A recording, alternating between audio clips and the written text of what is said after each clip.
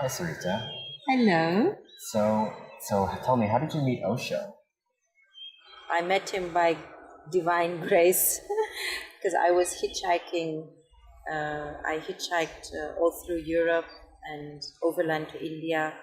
I was looking for the essence of life, and I was thinking perhaps I would find it in the Himalayas in India. And then when I landed in India, I came in contact with Goenka, started studying Vipassana. I did a 10-day retreat.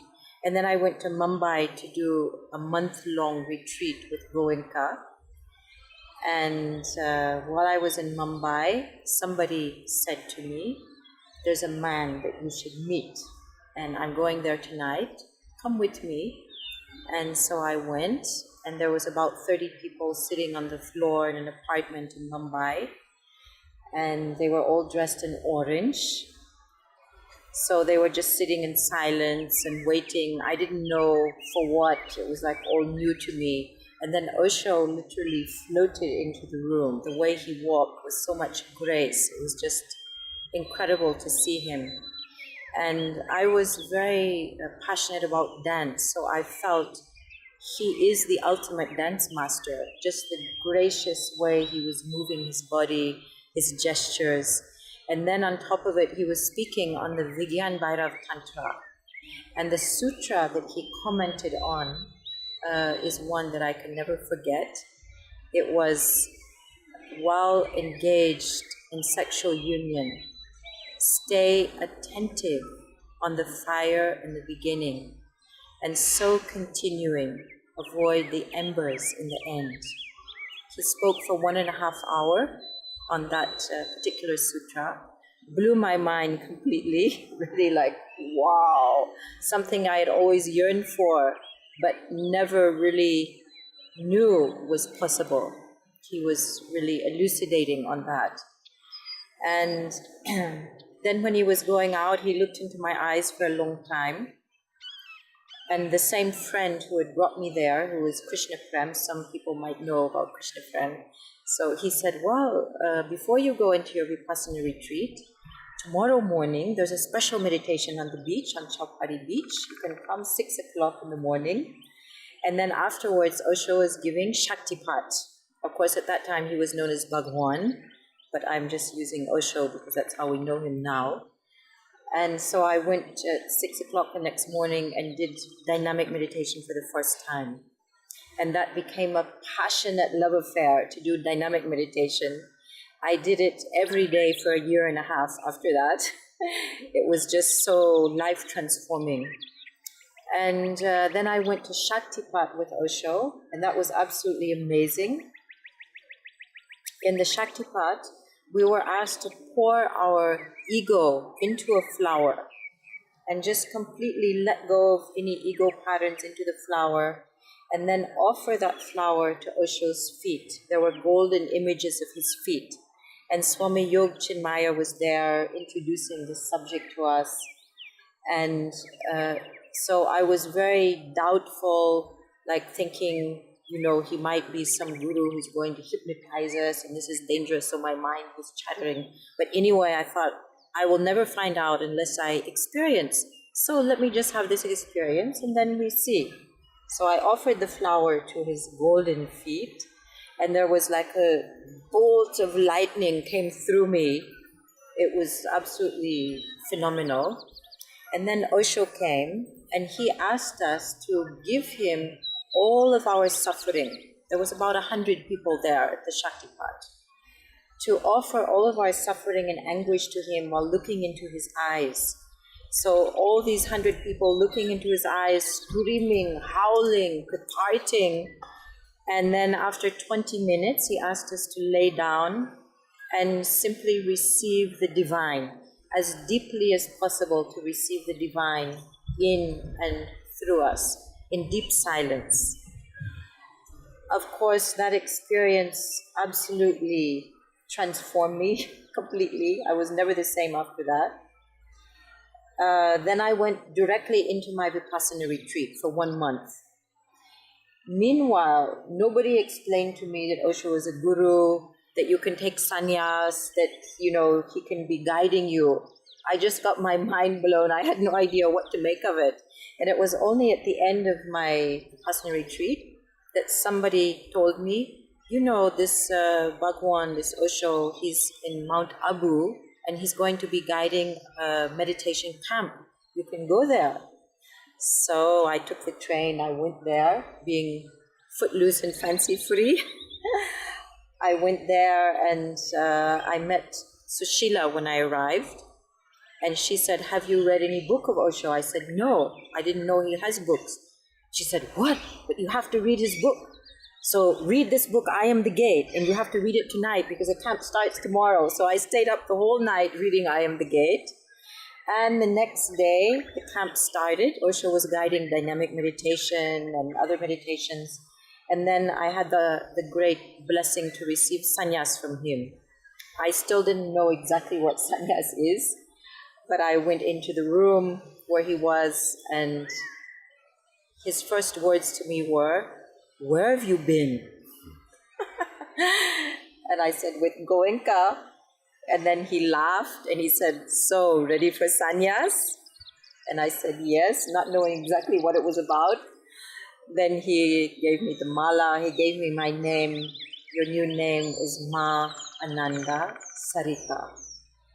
And Ananda means bliss, Sarita means river. Your name is River of Bliss. And then he also explained that Ma means Mother of the Universe. And he added, if you continue with meditation, you will become this. From that day, I stayed in his community for 26 years.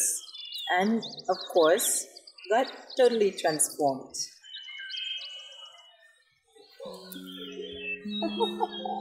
So what brought you to teaching Tantra? What brought me to Tantra is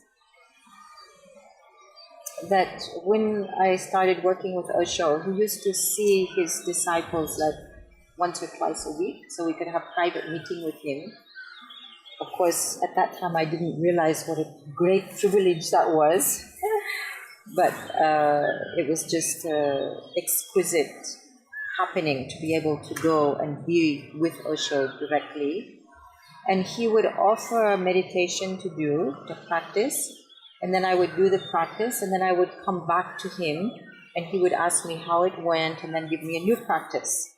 At that time, I didn't know it, but all the practices he was giving me were tantric practices. So from the very first day, I was getting immersed into Tantra. And I was an extremely thirsty meditator. I had a lot of anguish from my childhood that I needed to release, to heal. I needed to open on so many levels. And I simply dived into meditation like a thirsty person in the desert. I just wanted it. I lived and breathed and slept and waked with meditation. It became my entire life. And so Tantra, from the very beginning, that was my path. And there's, of course, few different instances that were very, very powerful, life-transforming. And one of the most transforming memories that I had is I was sitting in front of Osho, and usually he would ask me, how was the meditation practice that you did? And he would give me some new practice, or he would give me some kind of advice about what I had been experiencing. But on that particular day, he didn't say a word. He simply started caressing my skin, very softly. And probably up to the point where I met Osho, I had never experienced conscious touch. It was such a powerful experience. And without knowing why, I started sobbing and crying and howling. I was just completely beside myself. He stopped and he asked me what is happening. And without knowing why, I blurted out, I hate my body, I hate my body. And then he simply continued his caress, saying, love the body, love the body, love the body. It is through the body you reach the divine.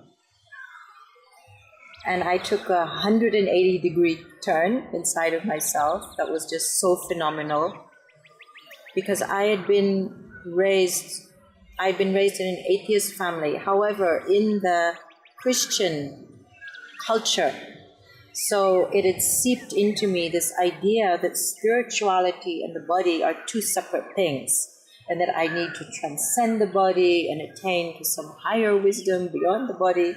And it never occurred to me that I could go inside the body and find the divine.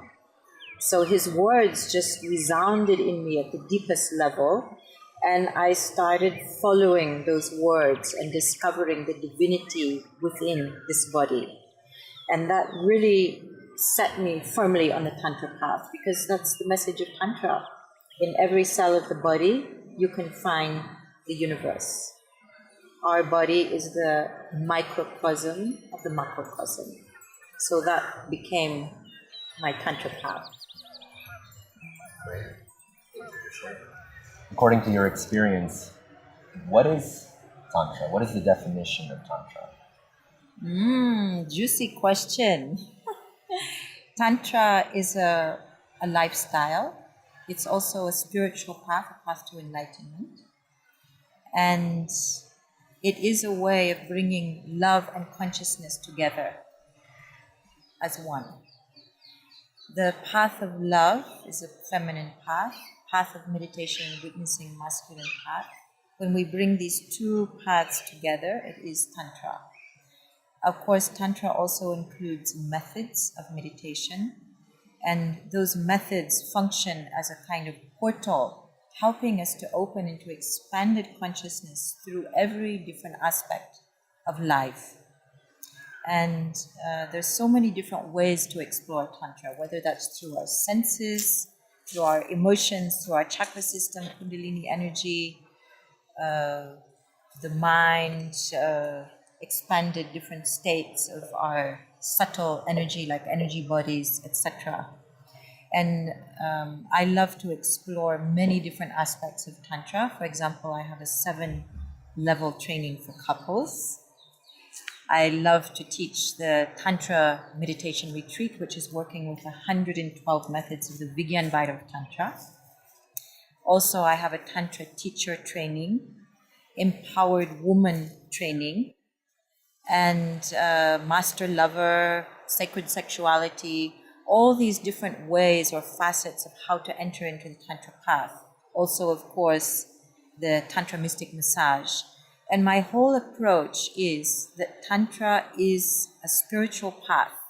It is a path to spiritual awakening. And meditation is the backbone. If we have sexually oriented Tantra, but there is no meditation in it, sorry, that's not Tantra. That might be sacred sexuality. It could be like a more conscious way of sexual healing, etc., etc. But it's not Tantra unless it includes deep meditation. And by meditation, I mean both active and silent practices. Maybe it includes partner exercises, sharing, sacred space, rituals, etc. So in my groups and trainings, we cover a very wide range of experience as we journey deep within ourselves and open the full flowering of our consciousness. So what's your dream? What is your dream that you'd like to manifest? Well, it used to be enlightenment, but now I have a new dream. And that new dream, actually, which I've had for the past maybe 15 years, I would like to create an eco-resort, eco-village, where people can come and be immersed in Tantra and experience the Tantra way of life, which is a life of bliss, joy, celebration. Everything that our master has been teaching us. And because I've been teaching since 1990, I've gained quite a lot of experience in how to transmit the bliss of Tantra. And I feel like a living Tantra community is the way to go for that. So I have a very nice plan how that can all function. And all I'm missing is some investors, because maybe I'm very good at transmuting Tantra, but missing some elements about how to bring in the financial art or expertise that's needed for that. So anybody who's interested in joining, just connect at tantraessence.com.